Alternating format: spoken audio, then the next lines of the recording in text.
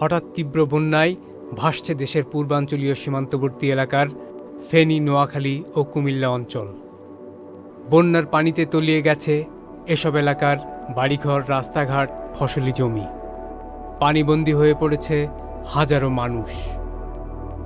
তবে সাধারণ মানুষের ধারণা, কোনোরকম পূর্বাভাস ও সতর্কতা না জানিয়ে ভারতের ত্রিপুরার ধলাই জেলার গোমতী নদীর ওপরে থাকা ডুম্বুর বাঁধের গেট খুলে দেওয়ার কারণে দেশের সাম্প্রতিক বন্যা পরিস্থিতির সৃষ্টি হয়েছে।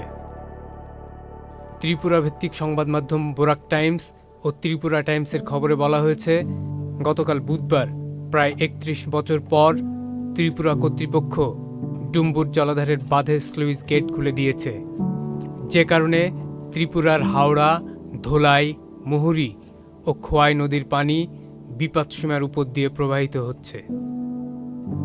আর স্বাভাবিক কারণেই সেই পানি বাংলাদেশের ফেনী, কুমিল্লা, ব্রাহ্মণবাড়িয়া, খাগড়াছড়ি সহ বিভিন্ন জেলা দিয়ে ঢুকেছে এবং নিম্নাঞ্চল দিয়ে বয়ে যাচ্ছে, আর ডুবে মরছে এসব অঞ্চলের মানুষ। এমন পরিস্থিতিতে আজ বৃহস্পতিবার অন্তর্বর্তী সরকারের উপদেষ্টা পরিষদের বৈঠক শেষে রাষ্ট্রীয় অতিথি ভবন যমুনার সামনে এক প্রেস ব্রিফিংয়ে তথ্য উপদেষ্টা নাহিদ ইসলাম মন্তব্য করেছেন, কোনো ধরনের আগাম সতর্কতা ও প্রস্তুতি নেওয়ার সুযোগ না দিয়েই বাঁধ খুলে দেওয়া হয়েছে। এর মাধ্যমে ভারত অমানবিকতার পরিচয় দিয়েছে এবং বাংলাদেশের সঙ্গে অসহযোগিতা করছে।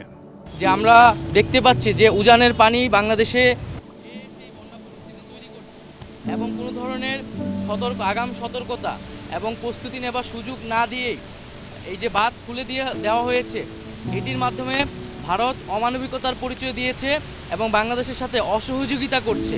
আমরা আহ্বান করব, আমরা আশা করব যে দ্রুত সময়ের মধ্যে ভারত বাংলাদেশের জনগণ বিরোধী এ ধরনের নীতি থেকে সরে আসবে এবং আমরা কিভাবে একত্রে বাংলাদেশের জনগণ এবং ভারতের জনগণকে এ ধরনের প্রাকৃতিক দুর্যোগ থেকে রক্ষা করতে পারি সে বিষয়ে সুষ্ঠু সমাধানের পথ বের করতে হবে।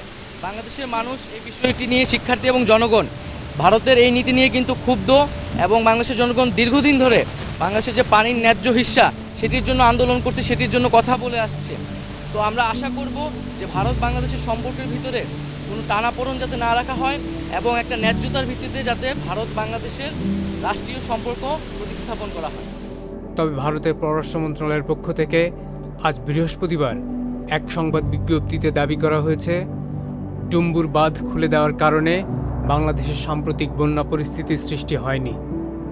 আসলে বাংলাদেশের সীমান্ত থেকে ডুম্বুর বাঁধের অবস্থান ১২০ কিলোমিটার উজানে, আর গতকাল বুধবার থেকে পুরো ত্রিপুরা ও বাংলাদেশের সীমান্তবর্তী জেলাগুলোয় ভারী বৃষ্টি হচ্ছে।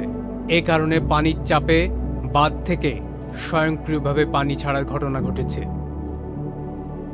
Saiduzzaman Dipu, channel I.